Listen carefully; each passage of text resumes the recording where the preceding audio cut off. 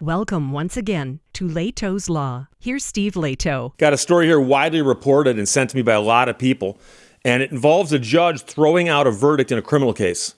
And the question is, can they do that? Well, they can, but should they? And how often does that happen compared to civil cases? So the version of the story I got here is from the UnionStar.com. A.J. O'Leary wrote it. Minnesota judge criticized for tossing $7.2 million Medicaid fraud conviction. The judge in Minnesota has been criticized after overturning a conviction of a man found guilty in a $7.2 million taxpayer-funded Medicaid fraud scheme linked to luxury purchases, non-existent healthcare services. I've talked before about scams. There were a ton of them during COVID. And so this kind of thing happens quite a bit. But here the problem is that the person who's accused of it was brought to trial, convicted by a jury, and the judge says, I don't think so, and tosses a conviction. So the man and his wife were charged in 2024 with stealing millions from Minnesota's Medicaid program through a home health care company that prosecutors said was little more than a mailbox. According to the Minnesota Attorney General's office, the man billed the state for services that were never provided and inflated claims without documentation.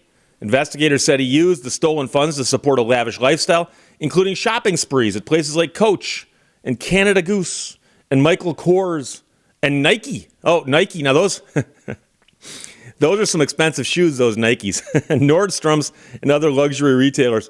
Prosecutors say that he transferred over $1 million from the company's account to his personal account and then withdrew more than $387,000 in cash.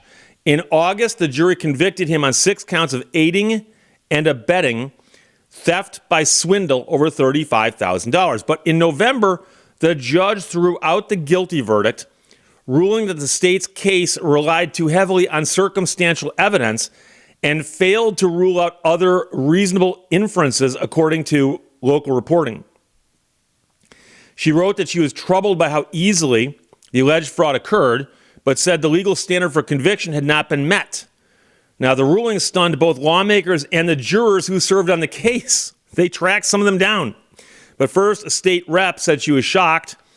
We want to strengthen state law so we can get prosecutions out of these cases because clearly a jury thought he was guilty.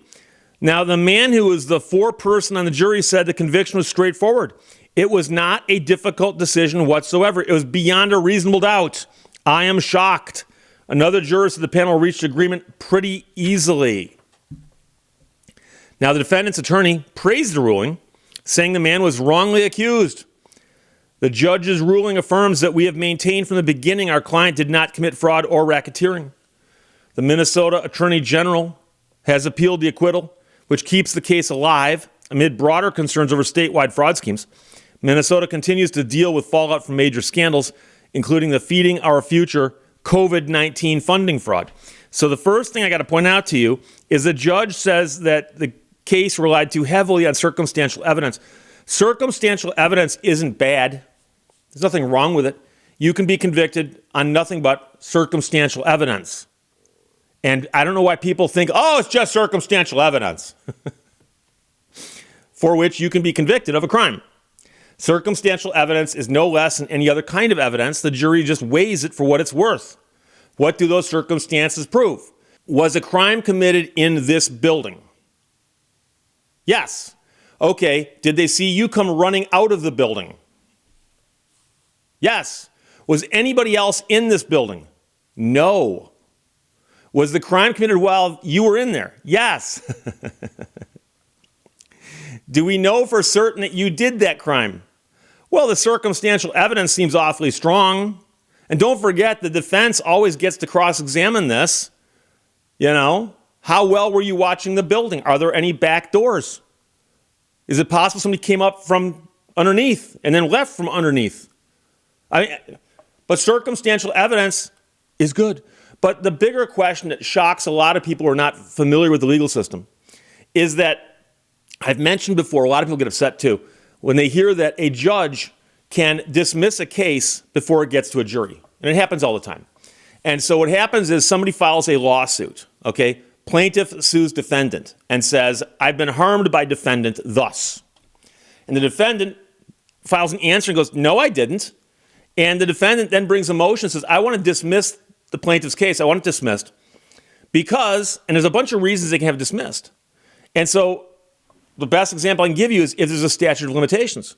Let's suppose it's a simple contract claim. I say I had a contract with defendant. They breached the contract. I was harmed. I can prove all of those things. And the defendant says, yes, we had that contract 14 years ago. And the contract was breached 13 years ago. In fact, I admit I breached the contract if I'm the defendant. But it doesn't matter. The statute of limitations is much shorter than that. Therefore, the statute of limitations acts as a bar to the case. You cannot bring that case forward once the other side raises the statute of limitations and has shown that the statute of limitations is a bar to the action. Therefore, the judge will throw that case out. And most people say, oh, that makes complete sense.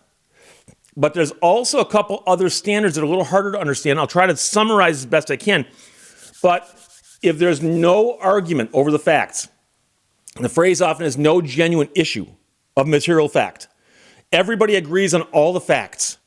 I agree on the facts. They agree on the facts. In fact, we can even come to an agreement and say these are facts we agree on.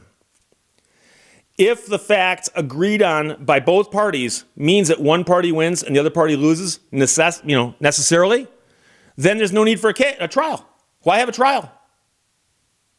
Plaintiff admits that he's owed $10,000 and the defendant admits he owes it.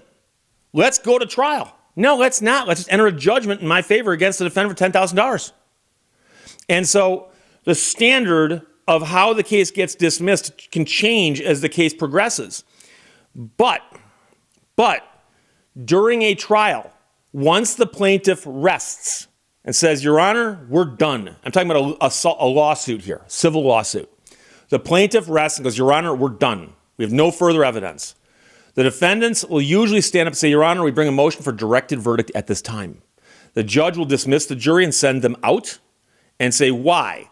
And the defense will almost always make the argument that the evidence they put in, even if you believe all of it and take all of it as true, they still don't win. And so I'll give you an example. Let's suppose, I'm going to use a criminal example. Let's suppose that someone's been arrested for shoplifting. They've been arrested for shoplifting. And the prosecution puts on the stand the store manager and says, someone came into our store and stole this item.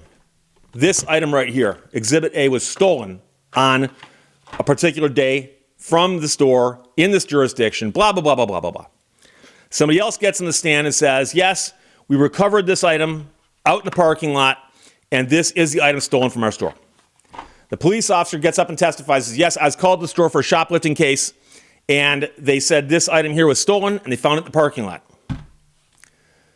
Prosecution rests, Your Honor. Defense attorney's looking around going, no one ever testified that my guy did it. There's no evidence of who did it. Who done it? We don't know. Was there a shoplifting incident? Possibly. But did my guy do it? No. We don't know that. And so there's certain elements that must always be put into evidence to get a conviction. And a lot of prosecutors and a lot of plaintiffs' attorneys will have a checklist. So they have a case involving fraud. Fraud's got all these elements of things that you must put into evidence. And if you miss one of them, the fraud count goes away. So in a shoplifting criminal prosecution, someone's got to identify the defendant and say, yes, that's the person who did it. And you've seen that in court. You've seen it on TV. You've seen it on Perry Mason, right? Did you see the person who stole this? Yes, I did. Where were you standing? Where were they standing? Would you recognize them if you saw them today? Do you see that person today? Yeah, that's him right there. The guy flipping me off at the defense table. I'm trying to add a little levity, okay? So someone's got to link the defendant to the crime, obviously. Otherwise, guess what? And you might say, Steve, that's the dumbest example I've ever heard. When I came back to Michigan after law school and took the bar exam, I met a local guy at the class where I studied for the bar exam. And we became friends. And a year or two later, I bumped into him in Wayne County Circuit Court. And I go, hey, what are you up to? And he goes, oh, I'm now doing prosecutions for a city. And he told me the name of the city. And I said, how's that going? He goes, well, it's good and bad. He goes, I'm trying all kinds of wacky cases. And he told me of a case where he was doing the prosecution of a shoplifter, and he forgot to ask any of the witnesses to identify the defendant. That's a real example. And he said that when he rested, the defense attorney stood up and said, Your Honor, we moved for a directed verdict at this time because there's no evidence my guy did anything. Judge looks at the prosecutor and goes, take a note, case dismissed. Bam! So there are reasons that cases can be thrown out. But here where the judge simply says, well, they relied too heavily on circumstantial evidence. I'm sorry, what percentage of the evidence can be circumstantial? How much? 75%? 50%? And so I don't know if the judge wrote an opinion explaining this. But there need to be gigantic holes in the case, and it can't just be, oh, they use circumstantial evidence. Because I can tell you right now, my brilliant evidence professor in law school, and this is over 30 years ago, on day one actually said, I want everyone to learn from this class, if nothing else, that circumstantial evidence is just as good as real evidence, regular evidence, or direct evidence. And the point is that you've heard that before. Oh, that's just circumstantial evidence. He was just convicted on circumstance. People say that, who aren't lawyers, who aren't familiar with the court system, who aren't judges. And I worry when I see the judge say that's the only reason she identified and said they failed to rule out other reasonable inferences. Really? If those inferences were so reasonable, why'd the jury miss them too? Because the juror said, wasn't that hard at all. It was beyond a reasonable doubt. So the inferences must have been ruled out. They must have been. So, crazy case. But from the UnionStar.com, A.J. O'Leary wrote that Minnesota judge criticized for tossing $7.2 million Medicaid fraud conviction. We'll see what happens because it is up on appeal. And because the conviction happened and an appeal's been taken now, it won't be double jeopardy to simply reinstate the conviction. So there's hope here.